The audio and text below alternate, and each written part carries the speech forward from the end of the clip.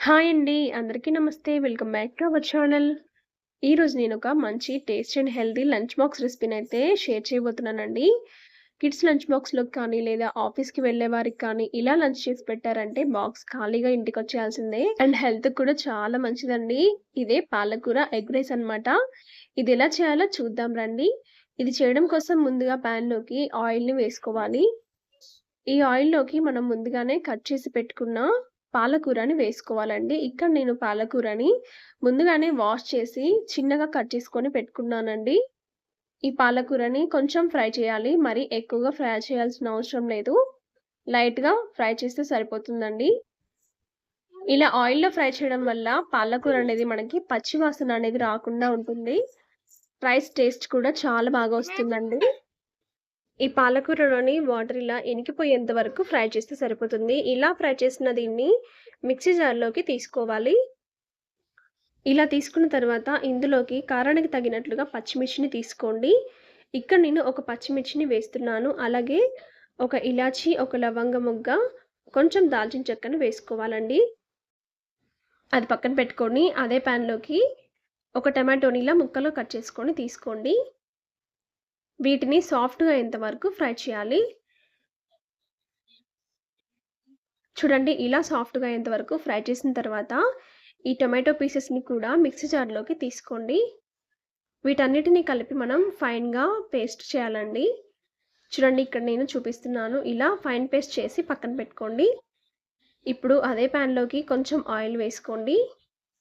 ఈ ఆయిల్‌లోకి ఎగ్స్‌ని ఫ్రై చేయాలండి. ఇక్కడ నేను ముందుగానే 2 ఎగ్స్‌ని ఉడికించి పొట్టు తీసి ముక్కలు కట్ చేసుకొని పెట్టుకున్నానండి. చూడండి ఇలా చిన్న ముక్కలుగానైతే నేను కట్ చేసుకున్నాను. మీకు నచ్చితే పెద్దగానైనా కట్ చేసుకోవచ్చండి. ఇలా కట్ చేసుకున్న వీటిని ఆయిల్‌లోకి వేసి కొంచెం ఫ్రై చేయండి. ఇలా చేయడం వల్ల ఎగ్స్ టేస్ట్ అనేది చాలా బావుంటుందండి. ఇలా ఫ్రై అయ్యేటప్పుడే ఇందులోకి కొంచెం సాల్ట్ వేయండి. కొంచెం సాల్ట్ అలాగే కొంచెం పసుపుని కూడా వేసుకోవాలి. అలాగే కొంచెం కారాన్ని కూడా యాడ్ చేసుకొని ఇవన్నీ ఎగ్స్‌కి పట్టేలాగా బాగా ఫ్రై చేయండి. ఎగ్స్ అనేది కలర్ చేంజ్ అయ్యేంత వరకు ఫ్రై చేసుకుంటే సరిపోతుంది. అలాగే ఇందులో మీరు కావాలంటే మిరియాల పొడి కూడా వేసుకోవచ్చండి. ఇలా అన్నీ వేసేసుకొని ఫ్రై చేసుకున్న తర్వాత వీటన్నిటిని ప్లేట్‌లోకి తీసి పక్కన పెట్టుకోండి. ఎగ్స్ తినని చిన్న పిల్లలకి ఇలా ఫ్రై చేసి ఇచ్చామంటే చాలా ఇష్టంగా తింటారండి. ట్రై చేయండి ఒకసారి. ఇలా ప్లేట్‌లోకి తీసుకున్న తర్వాత ఇప్పుడు అదే ప్యాన్‌లోకి కొంచెం ఆయిల్‌ని యాడ్ చేస్తున్నాను. ఈ ఆయిల్‌లోకి కొంచెం జీలకర్రని వేసుకోండి. ఈ ప్లేస్‌లో మీరు షాజీరానైనా యూజ్ చేయొచ్చు. జీలకర్ర కొంచెం చిటపటలాడిన తర్వాత ఇందులోకి సన్నగా తరిగిన ఉల్లిపాయ ముక్కలు వేసుకోవాలి. ఈ ఉల్లిపాయ అనేది మెత్తగా అయ్యేంత వరకు ఫ్రై చేస్తే సరిపోతుందండి. ఇది కొంచెం సాఫ్ట్‌గా అయిన తర్వాత ఇందులోకి ఒక అర టీ స్పూన్ వరకు అల్లం వెల్లుల్లి పేస్ట్‌ని యాడ్ చేయాలి. ఈ అల్లం వెల్లుల్లి పేస్ట్ అనేది పచ్చి వాసన పోయేలాగా ఫ్రై చేయండి సరిపోతుంది. ఈ అల్లం వెల్లుల్లి పేస్ట్ కూడా ఫ్రై అయిన తర్వాత ఇందులోకి మనం ముందుగానే గ్రైండ్ చేసి పక్కన పెట్టుకున్న పాలకూర పేస్ట్‌ని యాడ్ చేయాలి. పాలకూర తినని పిల్లలకి ఇలా చేసి పెట్టండి. అలా బాక్స్ ఖాళీ చేసేస్తారు. టేస్ట్ కూడా చాలా అంటే చాలా బావుంటుందండి. ఇలా వేసుకున్న పాలకూరని కాసేపు ఫ్రై చేయండి. కొంచెం ఆయిల్ అనేది పైకి తేలేలాగా ఫ్రై చేసుకోవాలి. చూడండి ఎంత కలర్‌ఫుల్‌గా కనిపిస్తుందో.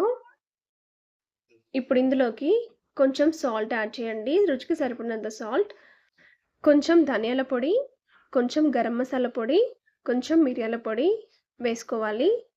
ఇలా అన్ని పొడులు వేసేసుకున్న తర్వాత ఓసారంతా బాగా కలుపుకోవాలండి. ఇది నేను చిన్న పిల్లల కోసం చేస్తున్నాను కాబట్టి అన్నీ లిమిట్‌గా తీసుకున్నానండి. మీరు పెద్దవారి కోసం చేస్తున్నట్లయితే కొంచెం ఎక్కువగా తీసుకోండి సరిపోతుంది.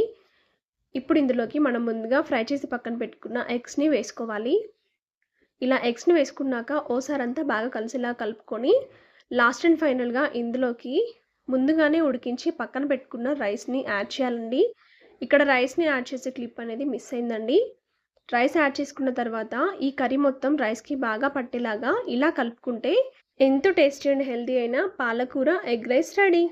చాలా అంటే చాలా రుచిగా ఉంటుందండి. ఒక్కసారి ఈ రైస్‌ని చేసి మీ కిడ్స్ లంచ్ బాక్స్‌లో పెట్టండి. బాక్స్ ఖాళీగా ఇంటికొచ్చేస్తుంది. అంత టేస్టీగా ఉంటుందనమాట. ఇందులో పాలకూర వేసామన్న విషయం కూడా పిల్లలకి అర్థం కాదండి. పచ్చి వాసన అనేది అస్సలు ఉండదు. టేస్ట్ మాత్రం అద్దిరిపోతుందండి. ఈ రైస్‌ని ఇలా తినేసేయొచ్చు. లేదంటే పెరుగుతోటి కూడా తినొచ్చండి. మీకెలా ఇష్టమైతే అలా తినండి. తప్పకుండా ట్రై చేయండి. ట్రై చేశాక మీకెలా వచ్చిందో కామెంట్ చేయడం మాత్రం మర్చిపోకండి. రెసిపీ నచ్చితే ప్లీజ్ ఒక లైక్ చేయండి. మీ ఫ్రెండ్స్ అండ్ ఫ్యామిలీతో షేర్ చేయండి. మరిన్ని టేస్టీ అండ్ హెల్తీ రెసిపీస్ కోసం మన ఛానల్‌ని సబ్స్క్రైబ్ చేసుకోవడం మాత్రం మర్చిపోకండి.